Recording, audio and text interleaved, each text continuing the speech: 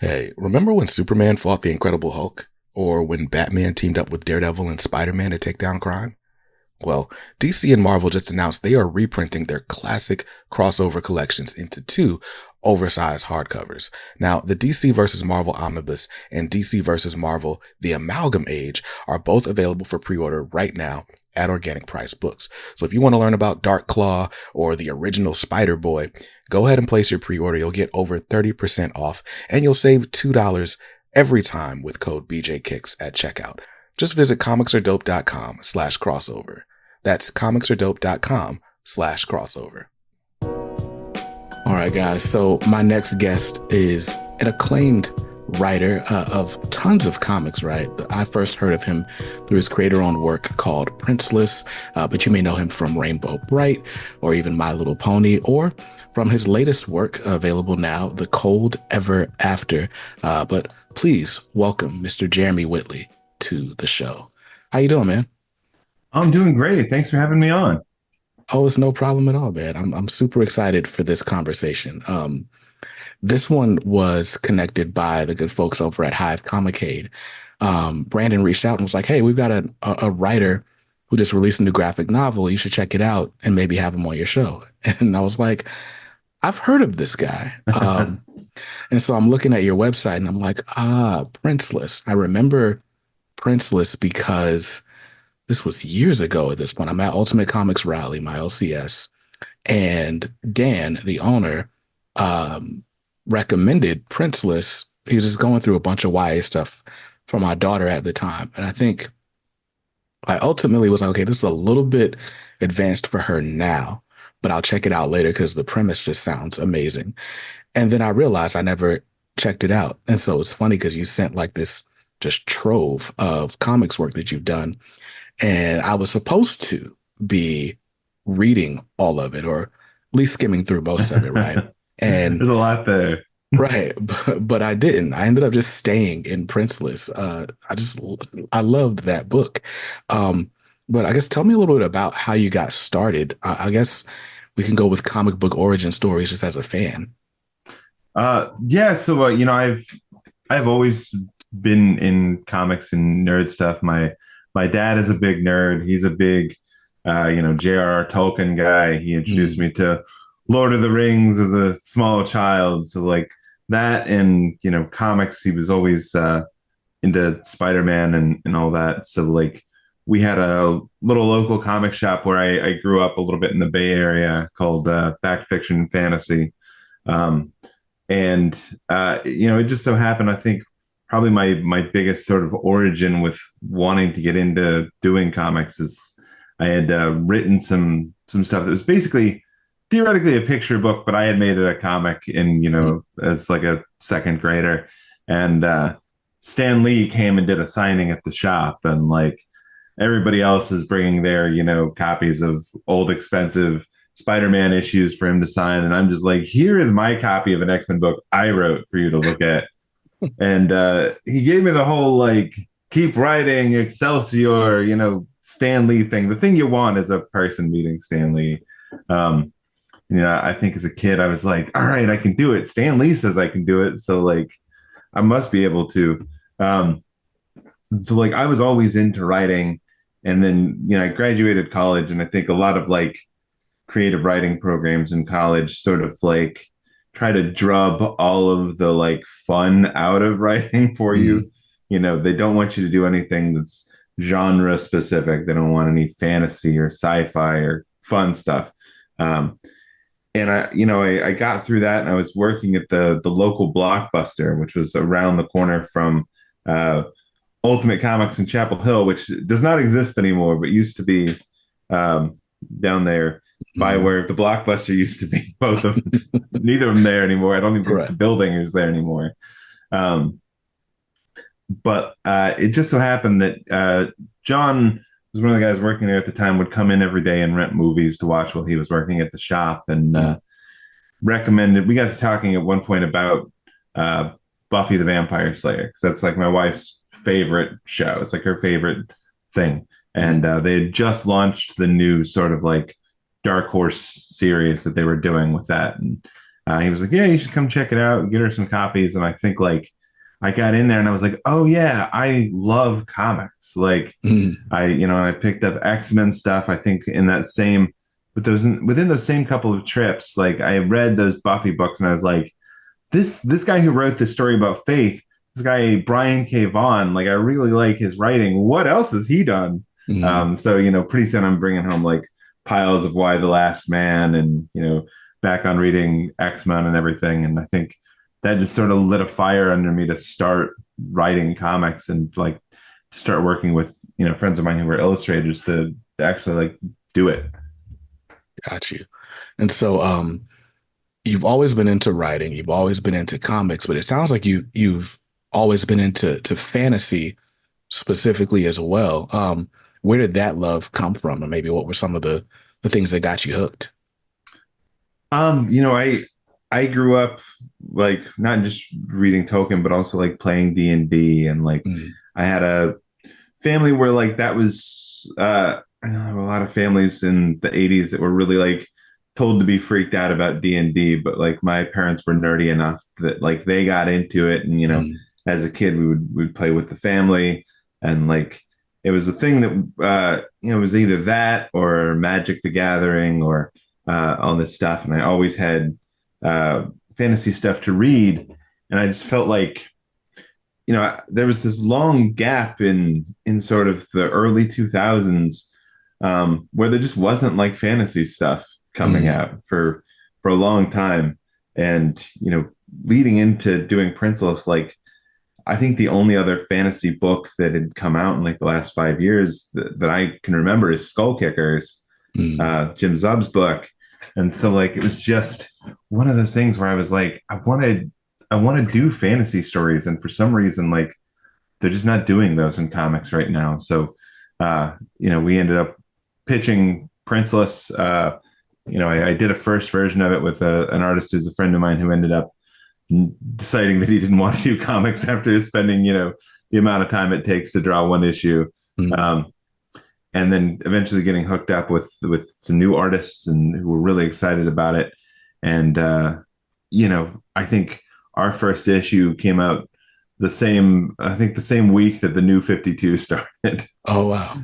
So yeah, we took a drubbing and like I think sold 700 copies of the first issue, but we got a couple of nice reviews, and then um, really like got nominated for a couple of Eisner Awards, and I think that really like caught people's attention. Mm. Um, and Princeless fortunately ended up having a very long tail of people who didn't know anything about it going in or hadn't heard about it, and sort of discovered it 5 or 6 volumes in. Mm.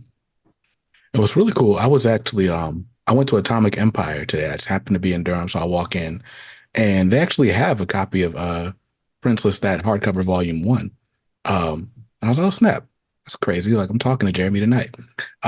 But it's really well done. So for anyone who hasn't read Princeless or hasn't heard of it, right? It's basically the book starts off with this like someone's reading a bedtime story basically about the princess in the castle, and basically we kind of snap back to reality, and the girl who's being read the story is also a princess, and she's just like, this is super unrealistic, like why would anyone do this, what are all these plot holes, just all this stuff, right? And we clearly get the sense that this princess is not your typical like damsel in distress type princess. Um, and she's like, yeah, I'm never going to be trapped in a castle waiting for some dude to save me. And basically, her parents, who are kind of played as evil in the book, but her parents basically trick her into being trapped in a castle, right? And the whole idea is for her to be rescued so that there can be a new king. Like the king can have somebody to pass his stuff on to, because he also views his son as just being like too weak or effeminate, or what have you. So just immediately in the first volume, it's like we've got Adrian, who I love, right? And then I'm blanking on her brother's name, Devin. Devin, but I'm also just loving Devin's character arc, like sort of finding his own form of masculinity with like the overbearing dad, right? And I mean, I feel like we've all kind of seen that sort of trope, whether it's the sports dad or whatever it might be. But I just love how we immediately run out the gate and like, okay, this is our protagonist, this is our hero, and then we've got our side character. And what I love about Adrian is like she's not like the smart girl trope in that it's like girls just have to be smart because they're girls and boys are dumb and like they drool or whatever. But it's like she's just a super strong feminine character who is like, no, I'm not waiting around for somebody to save me. In fact, I'm going to save all of my sisters from the towers that they're locked in as well. And I'm going to do it my way. And I don't know, not to spoil the whole book. I can't because I haven't read the whole book, but I just really fell in love with just this story. And now here I am, the grown man. Like, I'm going to read all of Princeless. Yeah, it's been incredibly fun to write because I think the nice thing about Adrian that I sort of stumbled into of her as a character is like she is sort of straight ahead. Her thing is like, I'm gonna do it my way, I'm gonna figure it out. And her way is almost always running head first into the thing. Like even if that's not the intelligent way to do it, she, doesn't really care to plan a lot of the time. She doesn't want to like sit back and wait for things to happen. She's going to go ahead and do it. I would even argue in some cases she's not particularly smart. She is, hard headed and strong willed, and she's surrounds herself with eventually with people who are some of those other things and who look out for her and care for her. But yeah, I think like I didn't want to make a character who necessarily is getting by being hyper intelligent. I mean, I don't have anything against that. I've written a lot of really smart characters, but like with Adrian, it's like that's just not her thing. She's going to jump into things head first, and Devin is sort of the other way around. Like, you're used to having that sort of tradition of like male warrior characters who charge in and do things, and he's going to like figure things out. He's going to talk to people first and figure out what the deal is and find a way, try and find a more peaceful way to go about things. And very much the opposite way of Adrian. And I think it's one of those, it was an interesting thing for me because I really started writing Adrian first, sort of like modeled after some of the women in my own family, including, my sister-in-law, who is named Adrian. She's named after. But like, with Devin, I think like that came to be a thing for me where I didn't really know that I was going to have this sort of parallel story in it as I had started.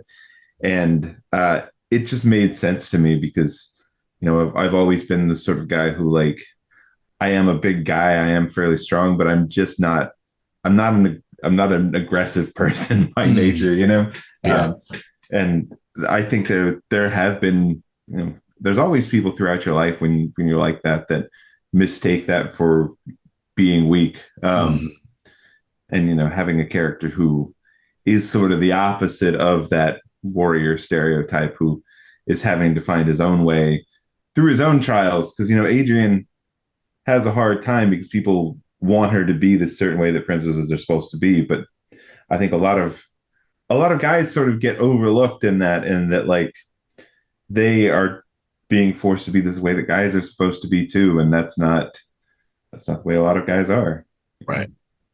So, kind of sitting down to write Princeless, because I guess as a reader, it's you the reason you read a book might be different from the reason you write one, right? Like when I'm looking at it, I'm like, oh snap! First, right off the bat, it's a book with a black girl on the cover, right? And then it's like we're turning some of these tropes on their head, like we're poking fun at superhero costumes, or at least the women's costumes. But there's a lot of sort of decisions, right, made right up front.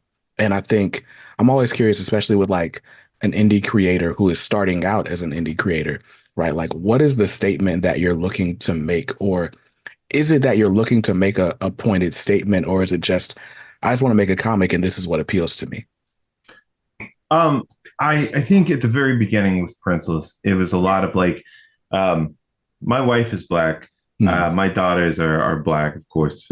So it was like she had grown up reading comics in the 80s, and there'd been a time where like there was some amount of like stuff that girls could read. mm, Um, and I feel like, especially throughout the 90s and the early 2000s, there was a like push for comics to grow up. And by grow mm, up, they meant like be for 50-year-old men. right. So, it got it got very hostile towards women and children. There was a long period, I think, of especially in the 2000s where everything was sort of pushed to that like ultimate universe brink where it's like Mm, the superheroes say bad words now. And, so I feel like comics are supposed to be for everybody and especially for kids. And I mm, wanted to be able to share that with my daughters as they were growing up and for them to see themselves in comics and get excited about it.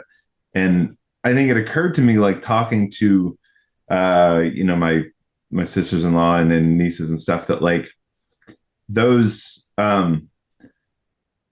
getting to those kids who like hadn't grown up with comics, whose parents hadn't grown up with comics, who didn't know about it, like you have to kind of meet them where they're at. mm, So telling a story that was about a princess that had, uh, our character in the original like had the cover was bright pink, mm, and that it is a story about a princess and it has some of those aesthetics and it has that fantasy stuff.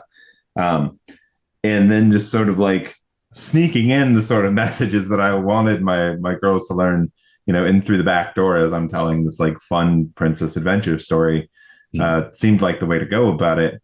Um, and then it just sort of it kept getting bigger and bigger as we were going.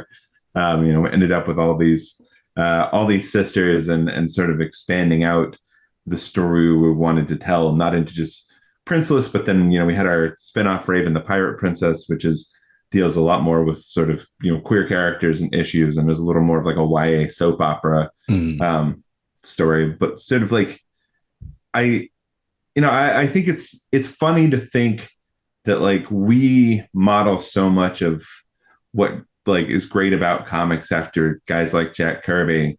And like Kirby got his start drawing romance comics. Like he drew a mm, lot of romance comics, and that we like just sort of threw that aside at some point and decided that like those weren't worth comics paying attention to. Uh, it sucks. And I think we've seen it sort of growing back and there being a larger market for different types of comics in the US.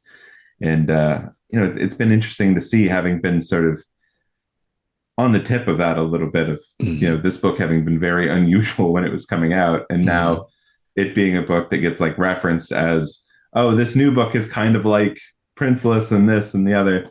um it's been fascinating. And yeah, like I wanted to have something that we could share. And I think now you look at you know the comics that are selling the most, and we sell a ton more of like graphic novels to kids and teens than we do single issues of comics these days. Yeah, no, for sure. Like, I mean, the sales reports are showing it. Like these graphic novels, like even the stuff that got my daughter into comics, like the Raina Telgemeier stuff, like just all of it it's making a huge boom right now. Like it's big. How I'm curious, how did your girls respond to Princeless?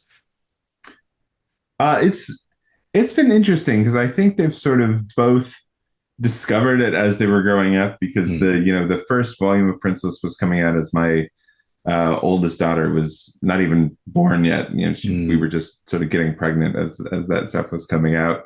Um, so I read some of it to them, and then sort of like they've I've kind of let them discover it themselves rather than pushing it on them. And my younger daughter, who is 7 now, sort of like at one point was reading Princeless and came down to like tell me about it. She mm. was like, "Oh, this book is great." I was like, "Yeah, who wrote it? Look at the front."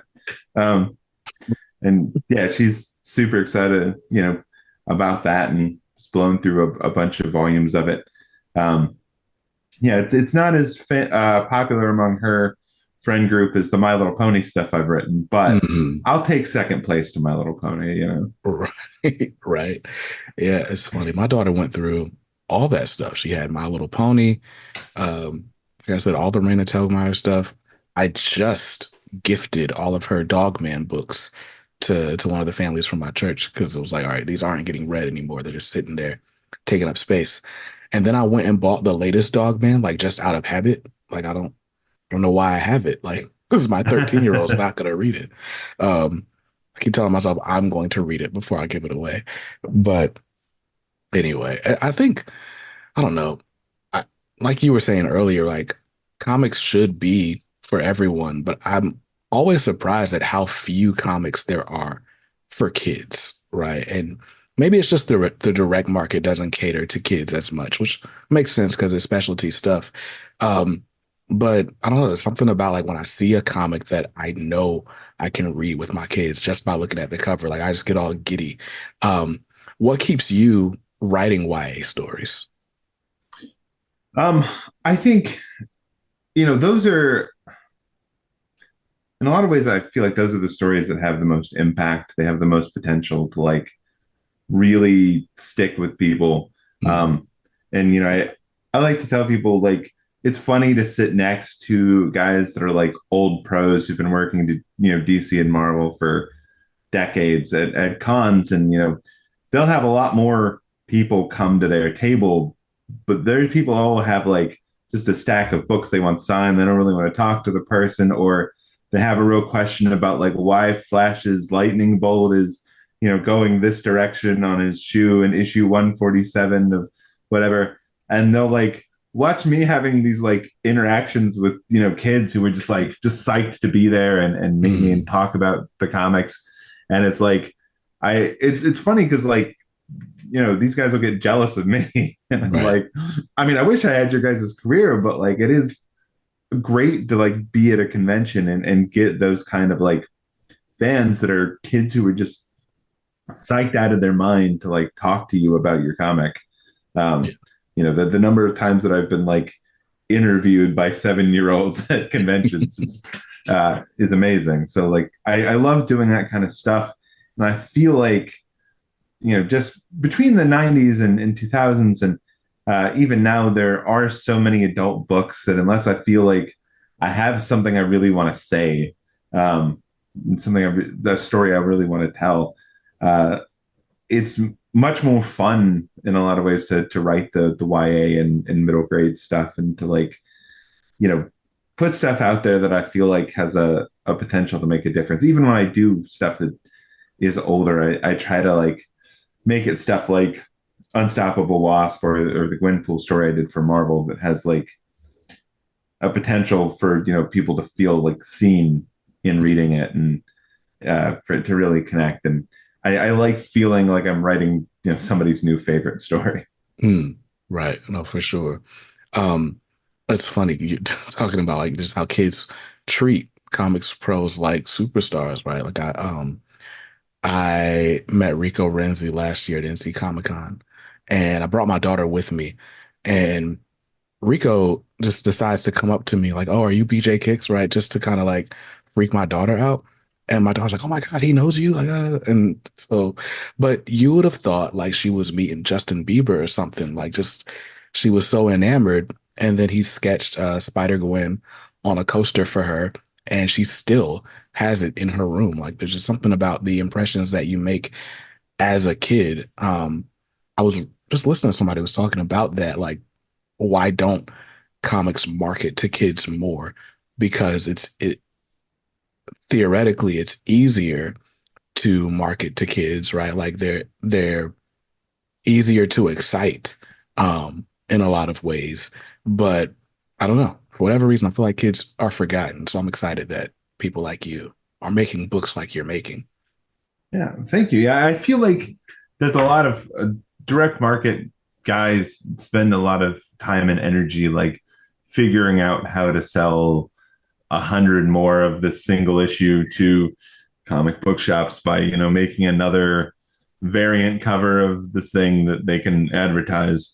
And they've invested, I feel like, a lot of time and money in that that ship. And it's a, when you're talking about Marvel or DC, it takes a lot of time to turn a ship that's that size. Yeah. Because they've got all the right artillery, all the right pieces you need to run the way they're running. And if they're going to change that game plan, it's a much bigger step to do. And I think you've seen, especially with DC, they've done a lot more of the YA graphic novels and stuff like that, and seen interest from that. And I think they just aren't sure how or where to market it, and how to fit it in with the rest of what they do. Because I think we saw that with Wasp when I was doing that, because we did the first volume and it got canceled, and then it came back because enough people were just like excited about that book, and it sold enough copies and trades later on that people were like, actually, let's do more of this, and sell more copies of it.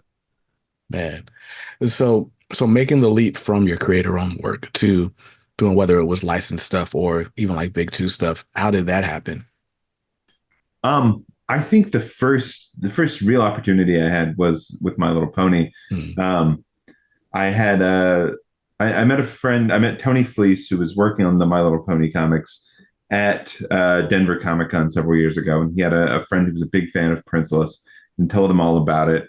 And the My Little Pony comics had just sort of kicked off and were doing huge numbers. People were incredibly interested in them. And he was like, we're doing more sort of miniseries and one-off stuff. Do you know anything about My Little Pony? Would you be interested in writing it? And I was like, at that point, I had been like doing stay-at-home dad stuff with my older daughter. So at like the age of 3, I had gotten just so sick of Dora the Explorer that like we were just, because if you get kids like and you've dealt with preschool programming, especially Dora the Explorer, it's got like the same 4 beats in every episode. There's the same song about that stupid map every episode. And it just like, it starts to get mind numbing, and you're like, let's find something different. And she hit on, My Little Pony Friendship is Magic. And it was so funny. And like the characters were so good. It was such a like well-made kids show that I was like, you like this? Let's stick with this. Let's forget Dora for a while, and we'll watch ponies. And so I had seen all of it at that point. And he was like, yeah, would you have some ideas of what you want to pitch? I'll put you in touch with the editor. And I got in touch with Bobby Curnow, who was the editor at that point. And I sent him like 5 or 6 pitches, and there were 2 of them. And he was like, these both sound like great issues. Go ahead and write them out for me. And, they ended up being issues 2 and 7 of My Little Pony Friends Forever. And then now, I guess it's like 10 years later at this point, I've written like 60 issues of My Little Pony comics. Jeez. Yeah. So do you remember those 2 pitches, or at least one of them? Yeah, the first one I wrote, which was Friends Forever #2, was I was like, I want to write a story with Discord because he's so much fun. He's got that John Delancey voice that I know very well as Q, and has the same sort of feeling as Q. And I was like, well, what is terrifying to an all-powerful chaos god? Like, what is something that can match him? And I was like, well, we'll throw him in a story with the Cutie Mark Crusaders.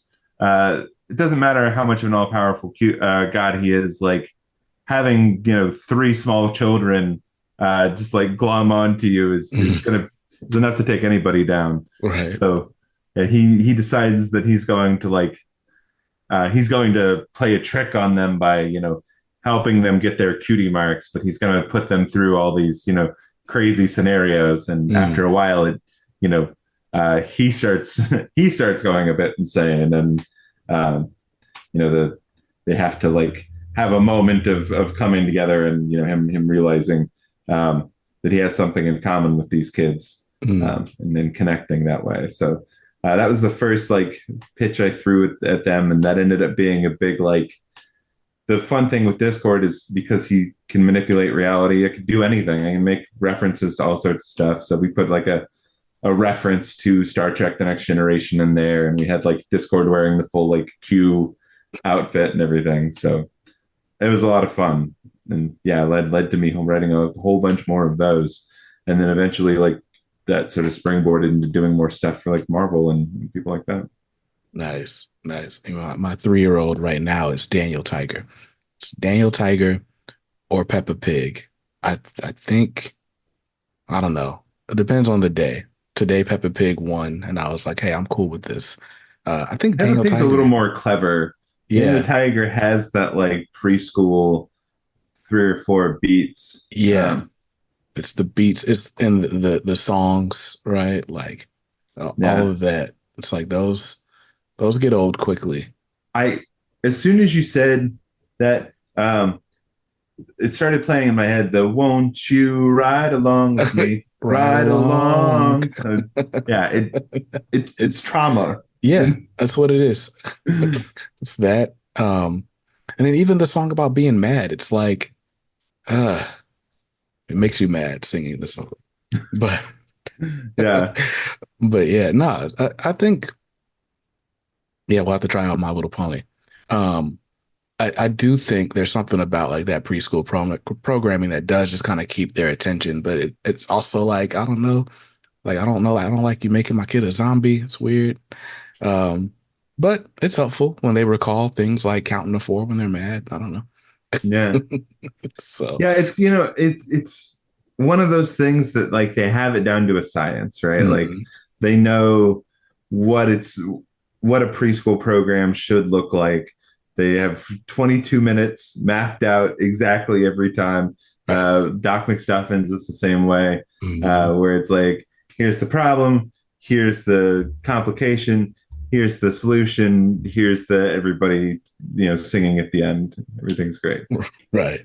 Man, Doc McStuffins, that's a throwback. My oldest, that was her jam. Doc McStuffins.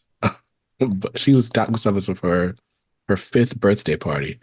Um, and one of the kids, like, I don't know, somebody brought like their 2-year-old, and the 2-year-old comes up to my daughter, was like, "Hey, Doc," like she thought she was real. I'm like, that's magical there. Yeah. But Yeah, my oldest went as Doc McStuffins for Halloween one year, so the whole nice. outfit. So you've got a lot of like these sort of books under your belt. You've got Rainbow Bright and My Little Pony. Um, I mean, even Princeless, right? Like we can kind of draw a line, or we kind of find these themes, right? It's these young, powerful female characters. Speaking of powerful females, you wrote a Powerpuff Girls comic in which they cross over with Dexter's Lab. How fun was that? That's a lot of fun. Like getting to get in there and play with all the various toys is a lot of fun. It's a little more like they keep you on a little tighter leash than when you're doing your own thing. Mhm. Um, it's sort of the price of playing with the toys, but it's a fun thing to get to do. Um, Especially like when you get to play with a character that you're like, oh, I know what this character's voice is like. I know this guy. Right. Um, the first time I wrote Spider-Man in like an Avengers story, I was like, oh, Peter Parker. I know exactly what Peter Parker sounds like. All right, this is easy. I don't have Right. to think about it. That is cool. Uh, um, Dynamite, who published Rainbow Bright, just got the Warner Brothers license, so they just announced their new Powerpuff Girls series. Got my fingers crossed for Dexter's Lab. Is there um, a licensed character that you haven't worked on that you would love to work on? Um, hmm. There's a I get excited about every job that I get. So I Mm, think like there's a lot of there's a lot of licensed characters I'd like to dig into, a lot of like superheroes and stuff that I haven't gotten to play with that I would love to do.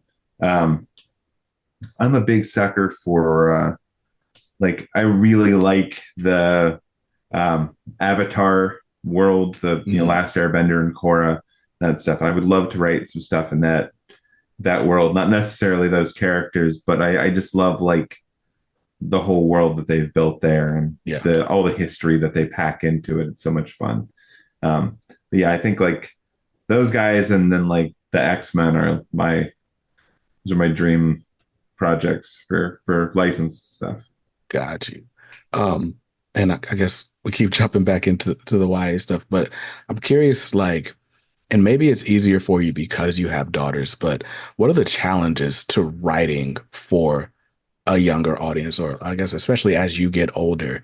How do you keep that sort of youthful sensibility?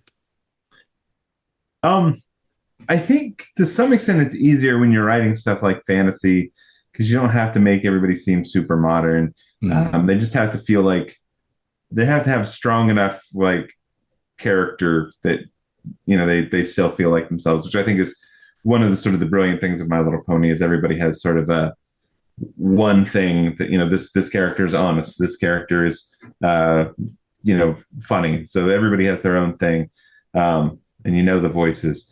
But I think the trickiest thing is when you start to get to like modern stuff, trying to make all the comedy feel timeless to some extent.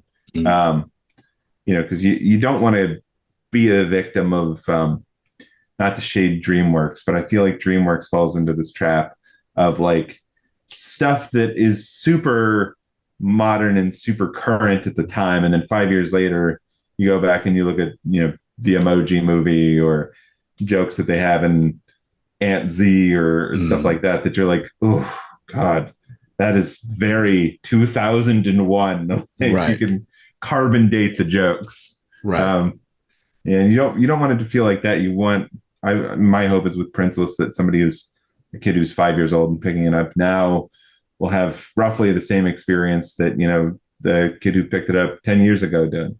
Mm. And so yeah, it's definitely trying to be timeless. And then but contrast that with like some of your superhero work. What's the goal when you're writing a superhero comic? Um, I think you have to, especially when you're working for Marvel, you have to sort of serve two masters to some extent, and that like it needs to fold in neatly with the universe as it exists. Like you want it needs to feel like it's part of the Marvel universe. That's why people come to Marvel comics, because that's they like that world and they want to Mm, experience stuff that's going on in that world. And it's nice to do stuff in there because you can just have Spider-Man show up in your comic. You can have, right. as in Wasp, you can have Daredevil just pop up and Daredevil's there. Mm, It's like, wow, I get to write Daredevil this month because I said he's there. right. So like that's a neat thing with it. But you also want to like, my goal is always to do something with the story that I haven't seen done before, that hasn't been done before, that feels different than things that have come before. Because there's a lot of issues of Spider-Man out there. Yeah. um, and if you're gonna make like the shots that you have count, you want to try and do something that isn't the third best version of something Greg Rucka did 20 years ago. Right. um, you know, and that, I think like that was our goal with Wasp stuff, especially, was to be able to tell like different types of stories, Mm, whether they be like you know science centered stories with girl adventure scientists, or whether they be as in the second volume we had a big story that was had a focus on mental health and disability that like was very important to me. And I think unfortunately comics has a pretty bad relationship, especially superhero comics, with mental health and disability. yeah. Yeah. So with all of your comics, right? Like whether it's, representing underrepresented communities or telling stories that we don't get to hear, or from perspectives that we don't get to hear, right? That seems to be a theme in your work. What are the things that are important to you to sort of get across in stories? um I like to have stories, whether I'm telling a superhero story or a kid's story or something like Cold Ever After, which is quite a bit more grown up and adult, to Mm, have sort of uh, the same sort of moral code and sensibility to like what my themes are, what I write about. I like to have queer characters. I like to have a variety of diverse characters in the story. I don't like to try and speak for different communities, but to have like, if you're doing a fantasy story, if it's a fantasy world, why can't you have a variety of people in that world? mm, You don't have to write a character as being from fantasy China. Like it's, you know, Right. you have to, you can include different types of people in there. Um, and so like I always want to have those sort of representations in there, and then sort of like make a deal with the audience to some extent that like they know what to expect from me as far as what you know, not everything's going to be pleasant, but it's not, I'm not going to write the sort of things that would make people who enjoy, you know, my other books uncomfortable to read. You know, there might be, as in Cold Ever After, there's an incredible amount of violence, Hmm. but it's not like of a disturbing sexual nature. It's not something where, you know, my uh where heroines have to deal with stuff that like I wouldn't want to read about. I think to some extent that's it for me, is like I don't want to write books that I wouldn't want to read. Hmm. And I think everybody to some extent should have that goal in reading stuff, because if it's not something you want to read, then who are you writing it for? Like, Yeah. Yeah. um, you know, that's the biggest thing for me, is like I've I've watched a lot of movies and read a lot of books that I'm like, I feel like there's a better version of this. Hmm. And my goal is to always sort of like do the better version of that thing. Yeah. Yeah. Especially when we're talking about like sort of reflecting the world around us in a better way. I was just talking to Stephanie Williams a few weeks ago, and we I were love talking Stephanie. about, I do too. But I asked her, like, what kind of drives her in stories. And one of the things she said was, sometimes it's just like, I read a book and it was like, that was cool, but what if there were black people in it? Right. And it's like, because, often in fiction, it's like, we just don't see people who represent or reflect the world around us. Right. Yeah. And as you are sort of pulling in a more diverse cast of characters in your writing, to what degree do you feel a responsibility to be um, authentic or bring in other voices as like, I don't know, advisors to speak to the authenticity of the voicing of your characters? That's very important to me. It's something that I have frequently done, even from the beginning with sort of, you know, friends and relatives. Mm, I think it is it's interesting to me that we're seeing sort of this backlash of like a lot of uh, editors and publishers seemingly being afraid of people telling stories with diverse characters if the characters don't look like the person writing it. When mm, I think the real issue that a lot of readers have and that they bring forward is not that, you know, white people can't write diverse characters, but that they need to, I mean, white writers need to be willing to put in the amount of research and the amount of time and the amount of listening that they would if, like, I mean, that they already do if they're writing like a World War II story or like a mm, story that takes place in, you know, the Victorian era. You would do research about that because those are characters living lives that you're not living. And you mm, should be willing to do the same thing for Black people or for people from other countries, for Hispanic people. Like, you should be willing to put in that kind of time and work to get it right. Um, and I think you also need to accept in a lot of things that there are problems you're not going to see because your eyes are not trained to see them. mm, Um, and that having somebody who will read for you, whether it's something you do as a, you know, swap, whether you guys work together and you read their stuff, they read your stuff, or whether it's something that is, you know, paid either through you or through your publisher, um, as an authenticity reader, like I think that's important. That's work that needs to be done. Um, and if, you know, it is important, if it is actually important to you to represent different types of people, and it's not just a question of trying to get the money, um, mm, then like you will put in the time and care to do it.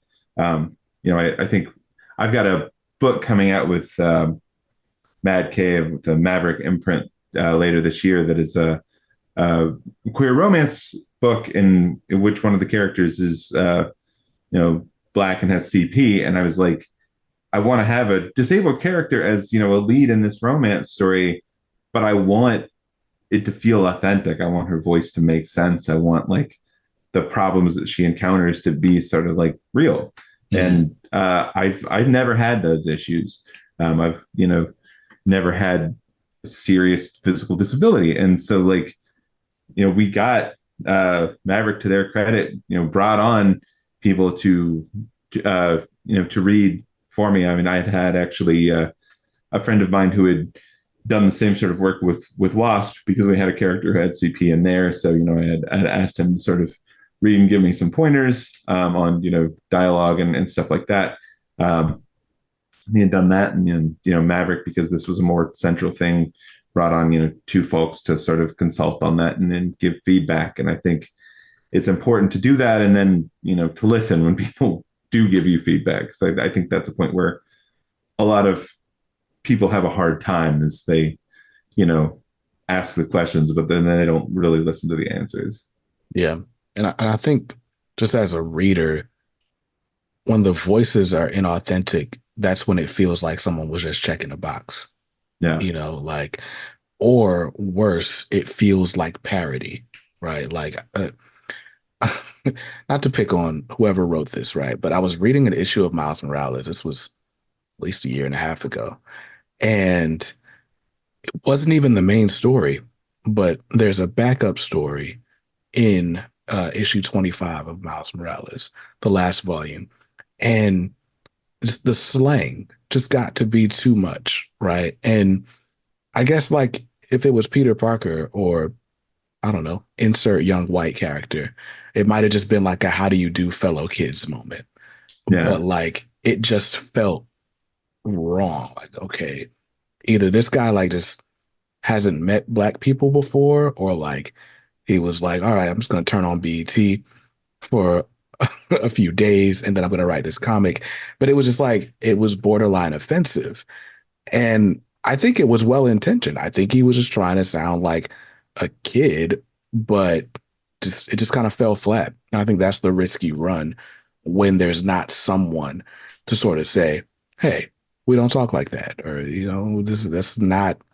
this isn't what's important about the fade or whatever it is, like whatever cultural sensibilities that we're talking about in the moment. But yeah, I think it's super important to have someone with an ear, or keeping an eye out for different things, um, just so that your dialogue or little things don't get in the way of the story you're trying to tell, because that's the important part.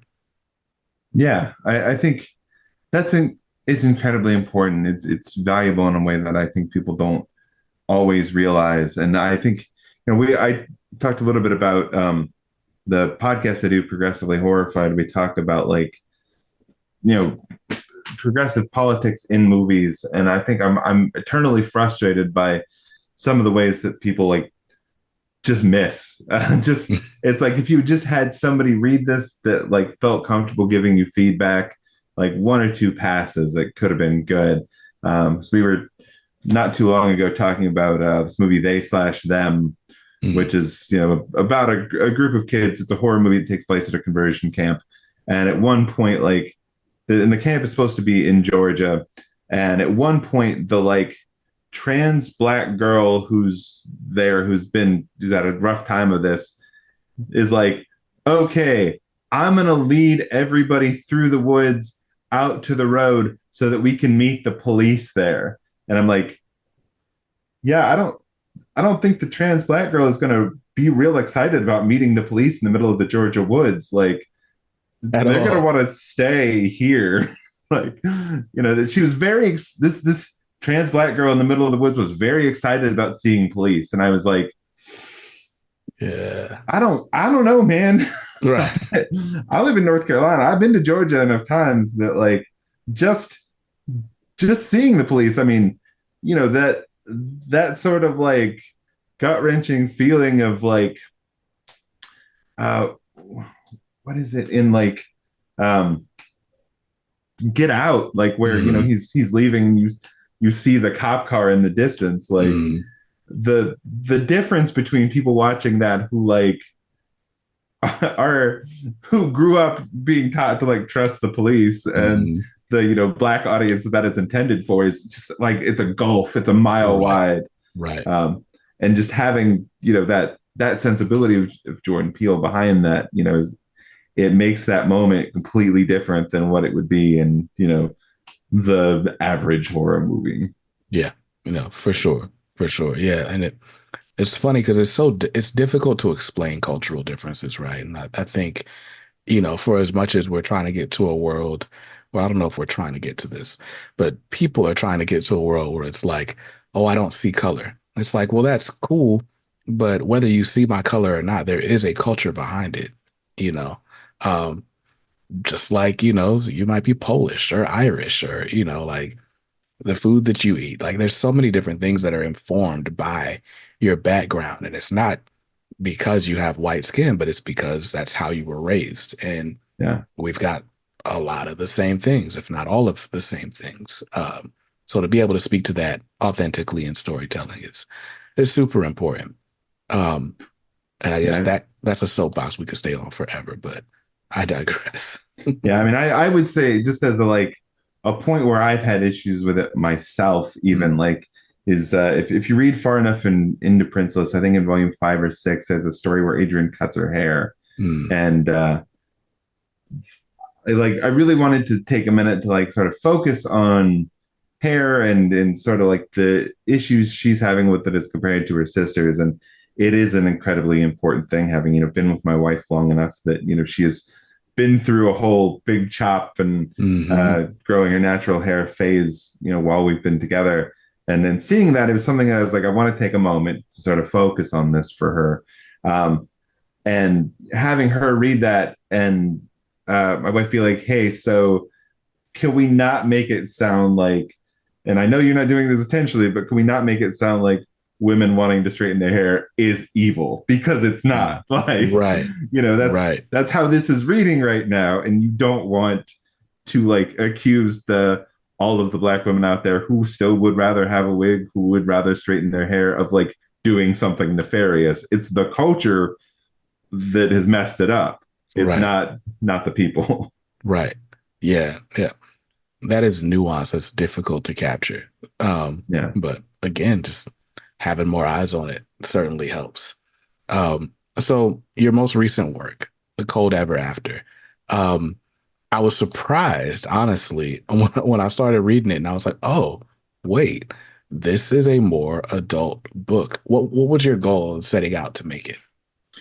I think it started out as a pitch of a sort of a genre centered pitch of I wanted to do something that was this weird combination of things I'd never seen, of doing like a noir story set in this sort of Arthurian fantasy setup of this knight who is the champion to this king and queen who is uh she has a very Lancelot like relationship to Mm, the king and queen, but is in this case is older. She's in her 40s and or 50s in the story, and she's coming in, and this is a case where she's been exiled for all these years, but she's the only one that the queen trusts to come in and help with this. I mm, was like, I've wanted to write a story that had um all the stuff I love about both of those genres, but also had an older queer heroine, which is very rare for comics in general, but for fantasy stuff beyond that. Um, and for it to be sort of it is way angrier than any book that I've mm. written before. Yeah. Um, that in a lot of ways is a reaction to a lot of horror movies and queer movies that I've watched over the years that will have these sort of horrible things happen to their queer characters, and then be like at the end be like, oh, but I won't take revenge because that'll make me just as bad as you. Mm, um, which is just this sort of preaching to queer people about not being as bad as the people who have spent all this time torturing them is something I wanted to sort of do the opposite of with this story. And I wanted to get this sort of angry fantasy story in there that has some aspects of this horror and revenge story, that doesn't tell its characters that, oh, you've been tortured for 20 years, don't react Right. to it. And, just give sort of this character who's a victim of not just, this one thing, but also who is, from this island that has been colonized, who has basically been, kidnapped and raised to be a soldier, from being a child. This chance to actually just like express that anger and to do this all her way, and for it to be a thing where like the uh not to spoil anything, but like uh the witches and the queer people in the story like get theirs, and it's not, even if like it does feel a bit evil and malevolent, that like it doesn't view them as the bad guys suddenly. Mm. And so this book you put it out with Titan, who is no stranger to fantasy, or even, more mature titles. They're doing Conan right now and getting a lot of praise for it. How was it working with Titan again this go around? I really love Titan. It's an interesting setup because they are British, so it's like sending out emails, getting emails at like 2 in the morning. Um, because you're working across the ocean with them, but they're so good to work with. They're so like wonderful about putting stuff out and doing stuff that's different and original. I'd gotten the chance to work with them a bunch doing the Sea of Thieves comics, Mm. and they've always been like great to do stuff with. So this was a nice opportunity to get to do something different and original, sort of play in a completely different space and have a team that was really supportive of that. Nice, nice. And the art in The Cold After Ever After is by Megan Wong. For those listening, just could you describe the art style or Yeah, it's Megan's stuff is very colorful. Mhm. She had illustrated a one issue story for me in Princeless, and I knew from like her stuff that I was like, I want to do more stuff with her. What I love about her stuff is the art is really dynamic. The fight scenes feel really cool and fluid, and that was the biggest thing I wanted. I think it's interesting because a lot of people, when you hear sort of the premise of the story, expect it to be very like grim and gritty looking, Mhm. for all the art to be gray. And I wanted to go a very different direction with that. It's very colorful, lots of like reds and yellows and oranges. And I think Megan's art is incredible. Like the how dynamic her stuff is, I Mhm. really really enjoy. Yeah, no, the art is very bright. I don't know. I feel like we say this a lot about a lot of comics, right? But it just looks like it's just a couple steps away from animation, right? Like, I feel like if they were to make this into a series, I know you know exactly what everything should look like. Um, but like you said, it is very dynamic, right? Like the expressiveness on the faces is amazing. But even like when it like the fight scenes, I think definitely stand out, right? Like we've got like there's like some like manga and animation influence that you can see. But it's really well done. I'm thumbing through it now and it's great. It's like DreamWorks before they went all Pixar, right? Like I'm thinking like The Road to El Dorado and some like Prince of Egypt, stuff like that, like is what this reminds me of.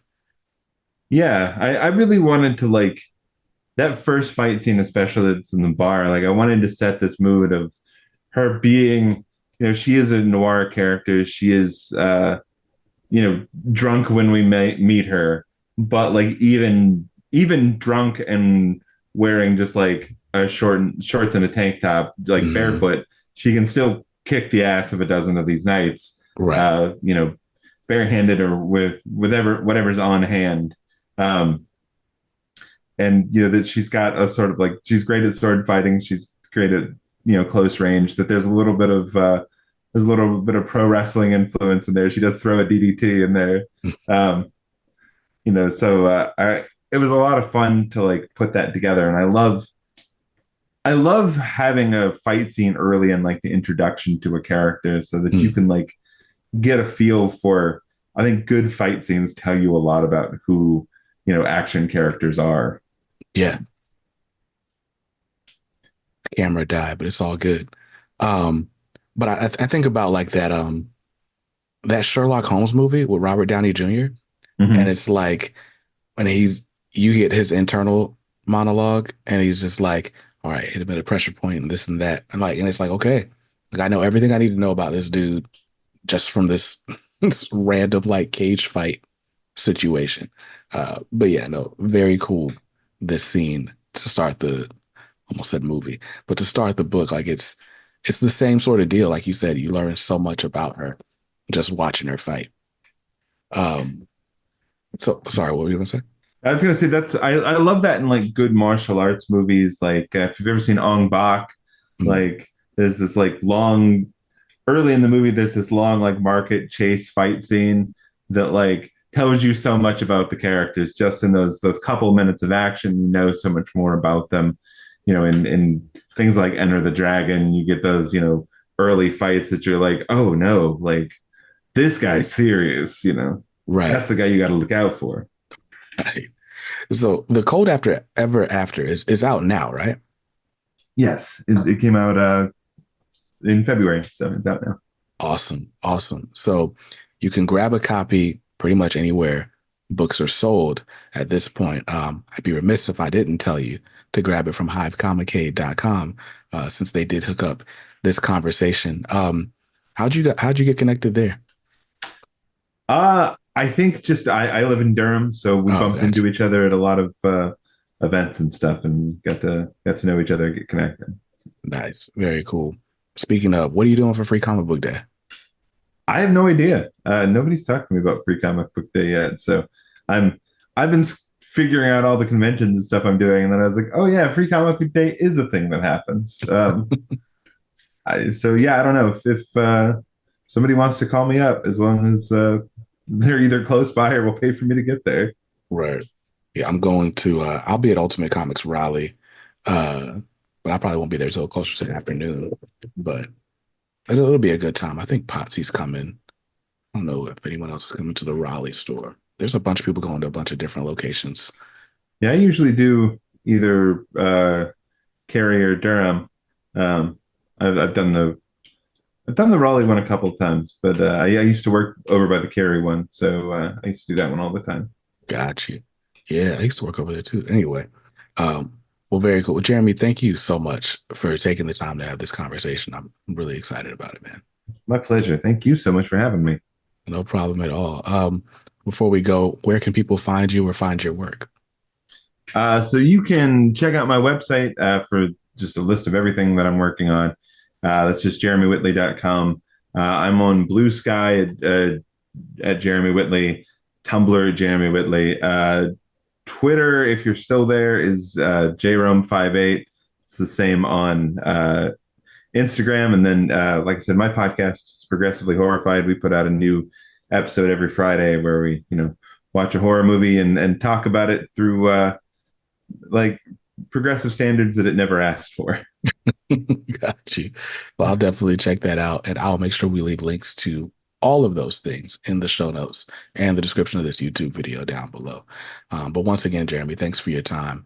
And for those of you out there, I don't know what you're doing today after you read or listen to this, but whatever you do, make sure you're reading something dope. Peace.